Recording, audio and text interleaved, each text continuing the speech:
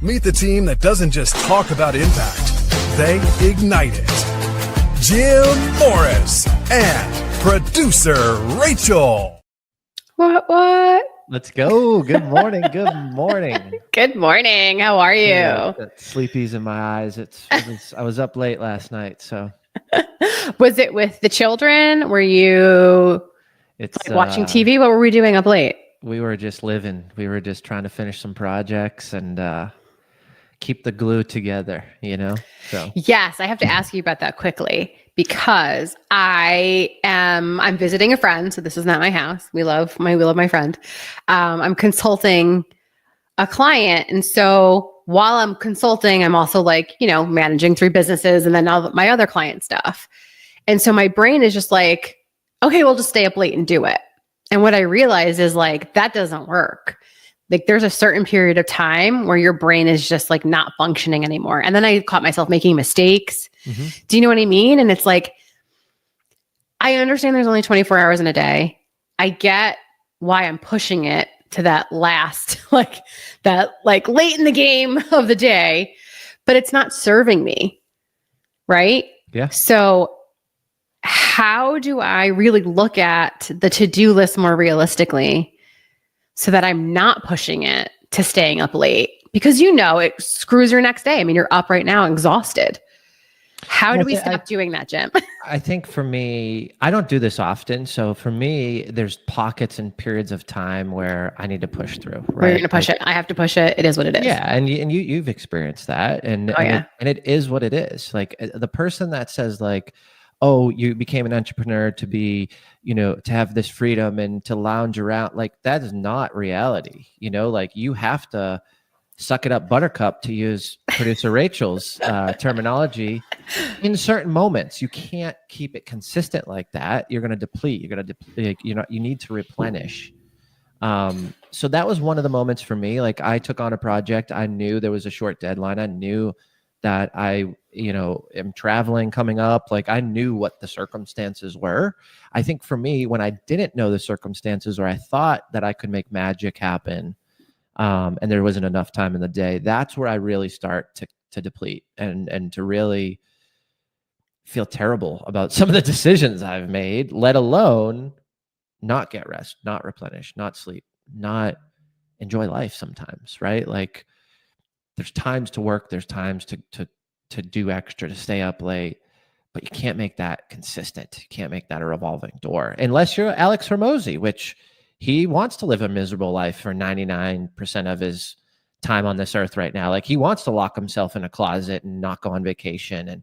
And he's rounding out, you see his content now, he's kind of reneging on some of those comments, but that's not the life I want to live. So I don't want to keep doing that consistently. I don't think it's just a framework to solve it. I think it has to be a certain season. You have to have awareness around it. I think that's the framework. Knowing when it's happening and when it's happening too much. So I think that's huge because I think a lot of us will push, and then we're not carving out that time. I realize myself, I'm wait, I've been pushing. I haven't carved out any time. I literally stayed up late the other night because I was I'm visiting my friend who's nice enough to let me stay with her. And I'm not spending time with her because I'm working. And then our only time is after work. And so literally I was exhausted the next day, but I wanted to show up. I wanted to be there. I wanted to have a fun moment. And so I think exactly what you said is it's not about the framework of it, but it's just being aware of how you're spending that time. And I think, of course, these conversations always, all of a sudden I'm okay, now I'm aware. What do I do? Because what if I overdid the yeses? What if I overextended myself? And now that I'm in the thick of it and it's oh, wait, how do is it just go for a walk? Do I go for a bike ride? Do you know what I'm saying? How do I reset that a little bit? I think for me, in a lot of situations around this topic is if I'm aware of it, I need to now reflect back on what's happening in the next 4 to 6 weeks to make sure it doesn't happen. I think that's where I always fall off, right? I can't go backwards right now. I can't be oh, I should have made that decision differently. And I don't want to hold that space of negativity or shame or guilt that I didn't. or that I made that decision. But like for me, it's okay. I feel this. I'm tired this morning. I worked late. Could I have changed this? Could I have controlled it? Could I have not controlled it? And in a lot of the cases, I can control it. So now I need to look forward 4 to 6 weeks and go, what do I need to change now? Because the lesson I learned today. Right. And like for me, I'm coming off of a lot of travel, a lot of speaking, a lot of different, I think 5 states the last couple of weeks.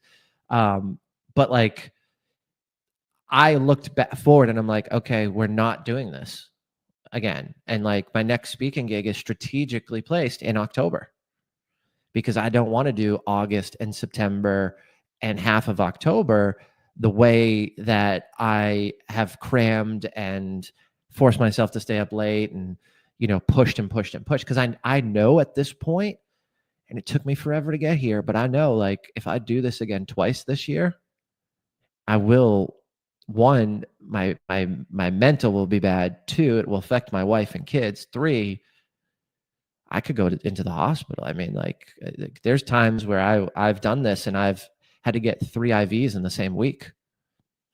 Like gone, not in the hospital, but like had to get the vitamin B one because I was going on a plane and then knew that I was staying up late for a private dinner and then coming out the next morning at a 4:40 flight or 5:40 flight, have to get there at 3:40, right? Like that's not what I want to do moving forward. I don't want to have to get 3 IVs at $240 a pop to just work. Like I get it. You need that sometimes. You need the vitamin B, you need the hydration, but I don't want to live my life like that. Well, to that point is what we're really leading to is burnout. And a lot of times the universe will give you that signal of like, hey, slow it down, right? Like it starts with a little like, hey, slow it down. And then it's like, little push, slow it down. And then it's literally like, oh, now I'm in the hospital. And that has happened to me, like straight up in the emergency room hospital. And it's just like, I don't want to do that to myself. I'm trying to figure out how I got to the space again. Now I want to look forward a few months because I'm like, am I doing this to myself again? Well, so and that's what I would say is don't beat yourself up about it.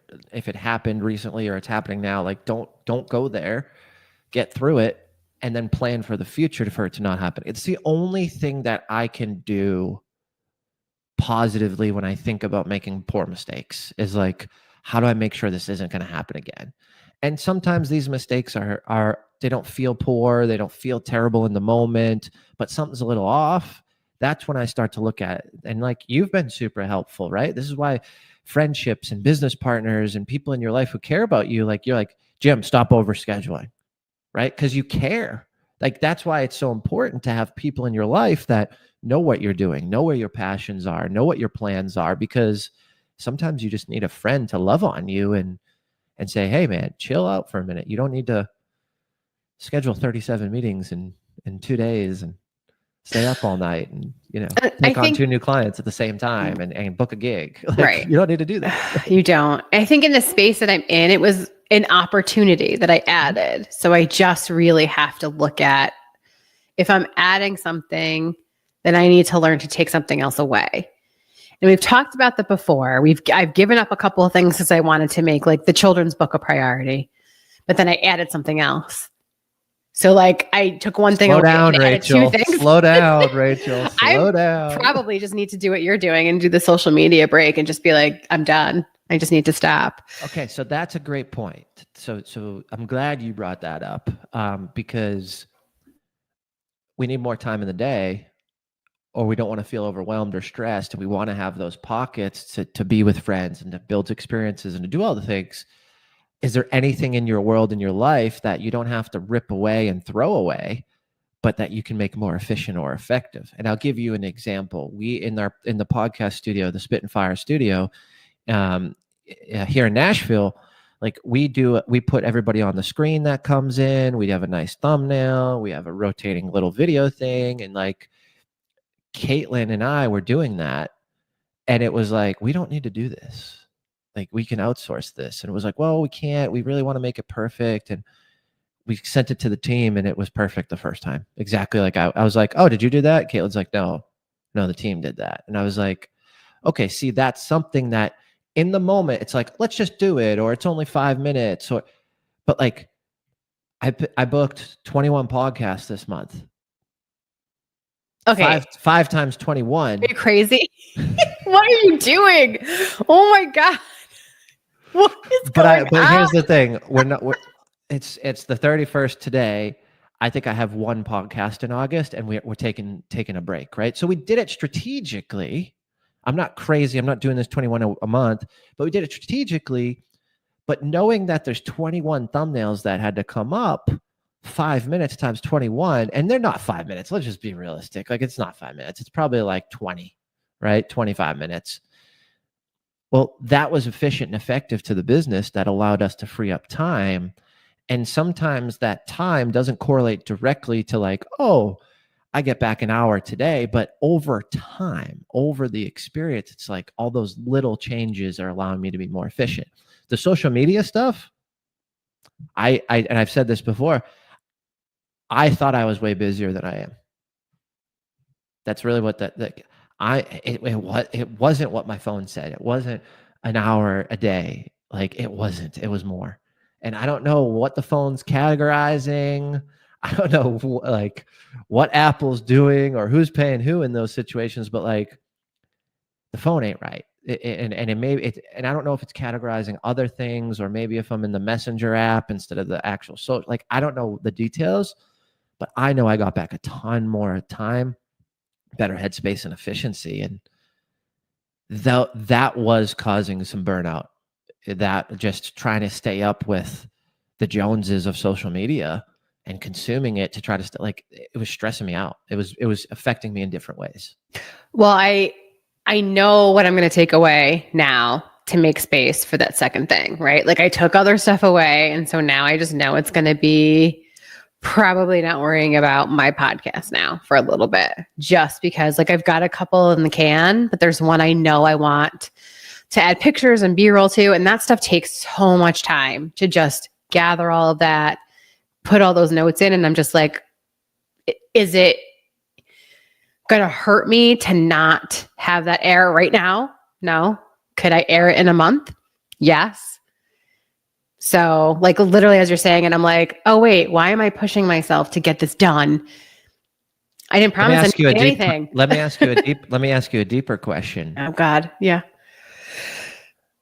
Why do you feel like you have to release a podcast every week? Because that's what I told myself that I would do. I promised myself that. But you also promised yourself you'd release a children's book.